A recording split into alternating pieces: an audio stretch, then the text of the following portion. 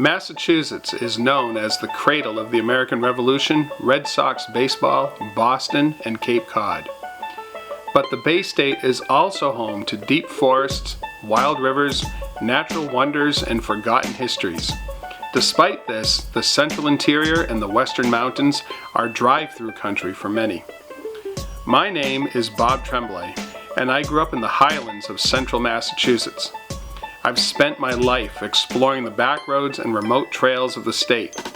I work as a professional outdoor educator and wilderness guide, and have led thousands of people on outdoor adventures throughout New England. Join us as we head off the beaten path and visit the wild landscapes, remote places, hidden gems, and high summits of the wilds of Massachusetts. This is Bay State Backcountry.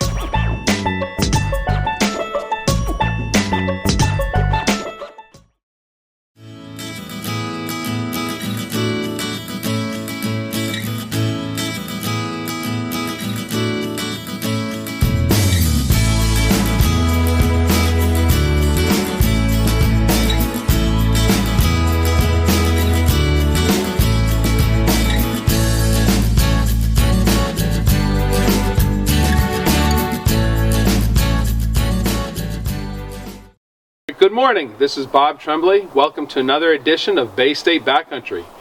Right now it is April in central Massachusetts, and today we're going to be going hiking in Leominster State Forest, and specifically we're going to visit a section of the forest that was once, during the 1700s, early 1800s, was once a small farming community that called itself Notown.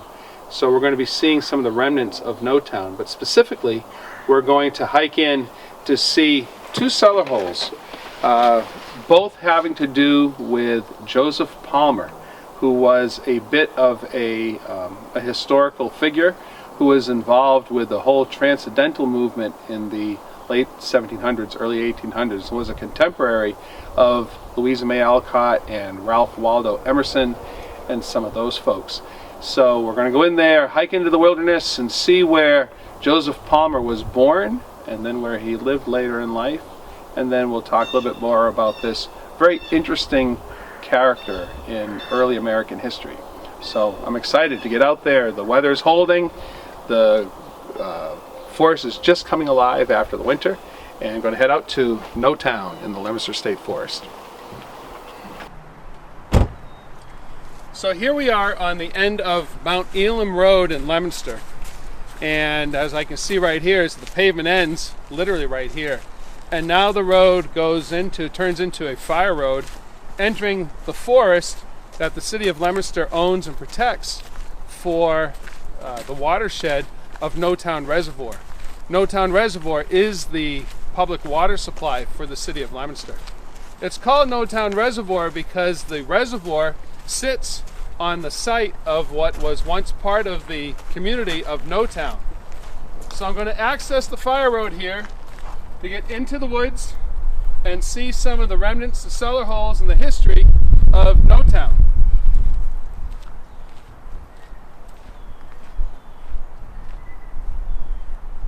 So this entire forest was once a community, as I've been talking about, called Notown. And I'll kind of talk about the history of Notown in a little bit. But where I am right now, behind me, I just came in on Mount Elam Road, and I am approaching the intersection of Mount Elam Road and Granite Street in Leominster. So that way, Mount Elam, we don't hit pavement for maybe half a mile. This way up here on Granite Street, we don't hit pavement for maybe a mile and a quarter, something like that. But where I am right now, this is the intersection of Mount Elam and Granite Street. And what's significant about this is, here's my destination right here, is at this intersection I have a very interesting cellar hole. And let me climb down inside of it.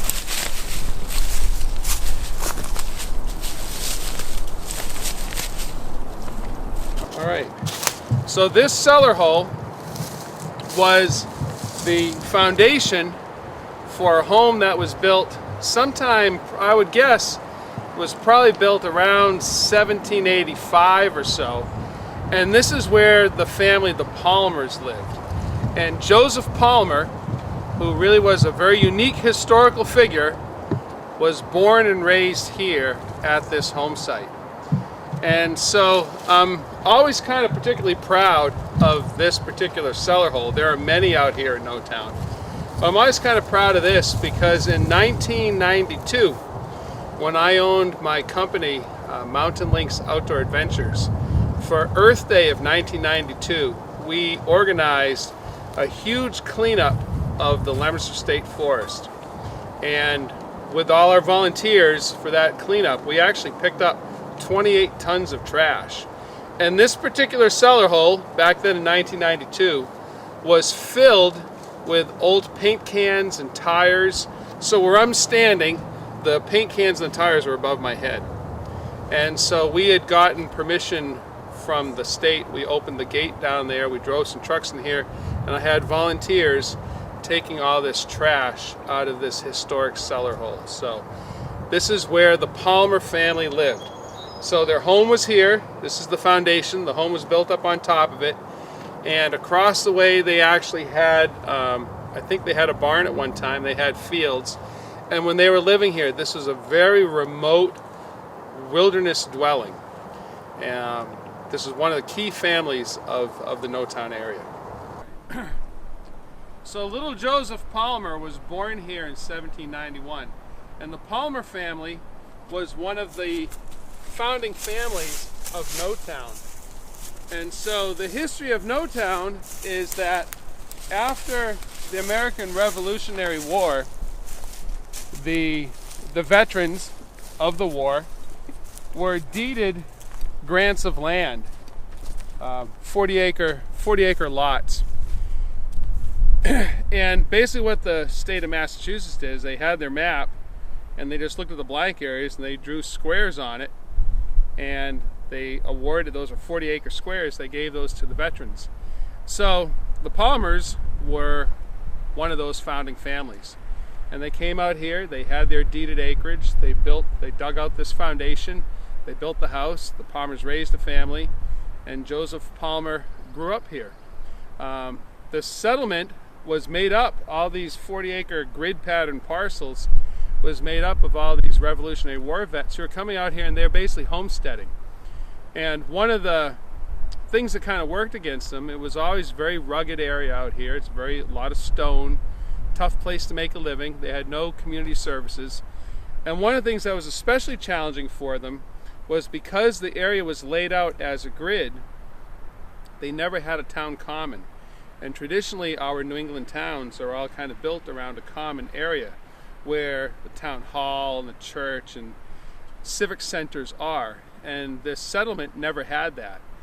And so after a couple of decades of survival and living out here, the people of this settlement petitioned the city of Fitchburg to see if they could be incorporated into the city of Fitchburg. Fitchburg told them, denied their request because they're just so far and remote that it would just be too much of an extension for Fitchburg to provide them with services. So then the people out here petitioned the city of Leominster in the same way, and they got the same rebuttal. So the people, because there was no town that was willing to incorporate them, the people ended up naming their settlement Notown because no town wanted them. And so they hung on for a couple of generations, and there are scattered cellar holes like this. Very often you can find a cellar hole. Often nearby there's a well. You can often also see nearby where a barn may have been, or paddocks for livestock. There was a factory out here that built furniture. There was a school and there was a church, but everything was spread far apart because there was never that common area. And so finally, out of that hardship, is the people here of this settlement basically abandoned it and left, and it grew back into a wilderness as we see now. But where I'm going to go now, this is where Joseph Palmer was born, but after leaving home, he moved up the hill, up Granite Street here, and he built another home of his own where he lived as an adult. And we will see is that his home that he lived as an adult was bigger than where he grew up as a child. So I'm going to head up Granite Street here to head up towards Joseph Palmer's adulthood home in the settlement of Notown.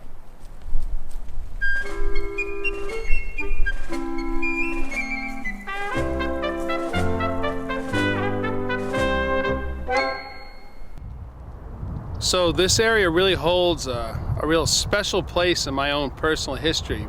This area here, as I'm walking up Granite Street, the power lines end up going over the crest of the hill here, and where the power lines go through the woods, they cut a swath through the forest, and beneath the power lines, these are all blueberry bushes. And as a child, from the time I was probably 6 years old, is in the summers, myself, my father, my grandfather, my younger brother, we would hike up here in July, bringing buckets with us, and we would pick blueberries here, spending all day just filling our pails with blueberries. And that was a real special experience for me to be out here with my dad and my grandfather, gathering blueberries like that. And that's really what got me started, my interest in hiking and backpacking, and eventually all the outdoor adventuring that I do. So this area here is really special to me, and I'm thrilled to be here and kind of sharing it with you, and a little bit about the history of the area as well.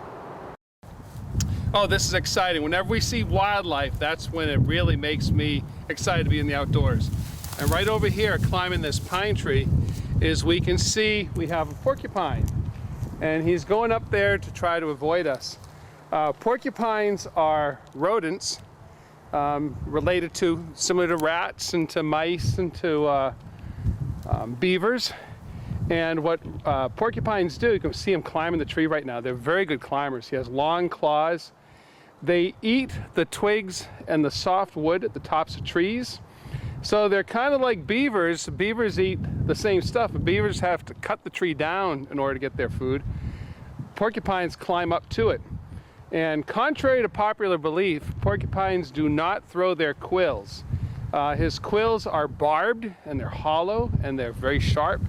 And if we were to touch them, or if he were to swing his tail at us, those quills would stick at us and cause us a great deal of pain.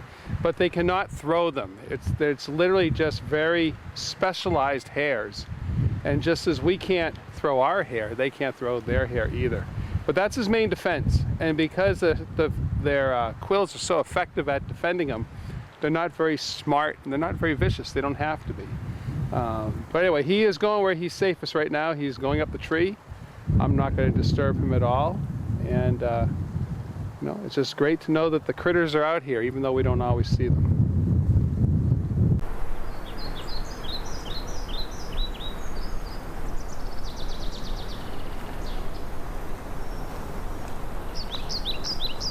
So here we are. I've arrived at the cellar hole of Joseph Palmer's adulthood home. So I'll just walk in here and get into the foundation. Coming through this way, everything's kind of, the forest is overgrown. This large granite slab right here, this was the front stoop of the front door. So this would have been the entrance of the home right here.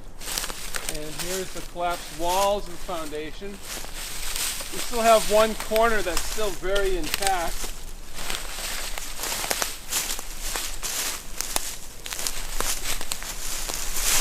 Alright. So, this is our destination, Joe Palmer's home. So, Joseph Palmer was born in 1790 down in the other foundation that we saw previously. And though I don't know for a fact, I imagine that his folks, or at least his dad, was a Revolutionary War vet, because that's how everybody here got their land. So growing up down the hill there, he very likely went to school over the top of the rise where we just were, where the blueberry fields are. And then as a young adult, he came here and he built his home here. And so when he had his home here, it was bigger than his parents' place. You can kind of see the really great construction of the walls here. What's kind of collapsed behind me, these are the blocks where his fireplace would have been. And then surrounding us here are all the stone fences where his fields were marked off. And he had a reputation too. He had a couple of paddocks over here we'll take a look at as well, where he used to keep stray animals. So other people whose sheep and cattle had wandered away, they would come here, and Joseph Palmer would have them kind of almost like the animal control for Notown. But where Joseph Palmer is really well known, and you should look him up on Wikipedia, is that after being a successful farmer and living out here until around 1830, he ended up moving to Fitchburg. And when he went to Fitchburg, Joseph Palmer wore a long beard. And at that particular point in time in New England, in Fitchburg and Leominster and the towns around here, is wearing a beard was not fashionable. And in fact, it was so unfashionable that Joseph Palmer was persecuted in Fitchburg to the point where he was thrown in the Worcester jail for a year. He was jailed for a year because he would not shave his beard. Eventually he got out of jail. He kept journals and kept records of just how much he was mistreated while he was in jail. And then after that, he fell into the whole group that included Emerson and Louisa May Alcott and these other transcendentalists who were trying to develop a commune, like a utopian commune in Harvard, Massachusetts, that they dubbed Fruitlands. And so Fruitlands, a group of these idealists, transcendental idealists, gathered together, had Fruitlands, and their whole intention was to live off the land, to do their own farming without using any animal power, without eating any animals or milk or honey or even cheese, just living off the vegetable matter that they grew at Fruitlands. And unfortunately, it was a very difficult undertaking. They didn't make it any more than 7 months. After 7 months, they abandoned the whole utopian ideal. Joseph Palmer did buy the site and maintained it as a farm, as far as I know, for a few decades after that. And then eventually Joseph Palmer lived out his days, I believe, out in Harvard. But anyway, what we've seen, our last thing we're going to see on this episode of Bay State Backcountry, we've seen where Joseph Palmer was born. We've seen where he ran his farm as a young and a middle-aged man, and just discussed where he was out in Fruitlands. And what we're going to see next is we're actually going to see where Joseph Palmer is buried. So I'm going to move on from here and go on to the last and concluding part of our journey.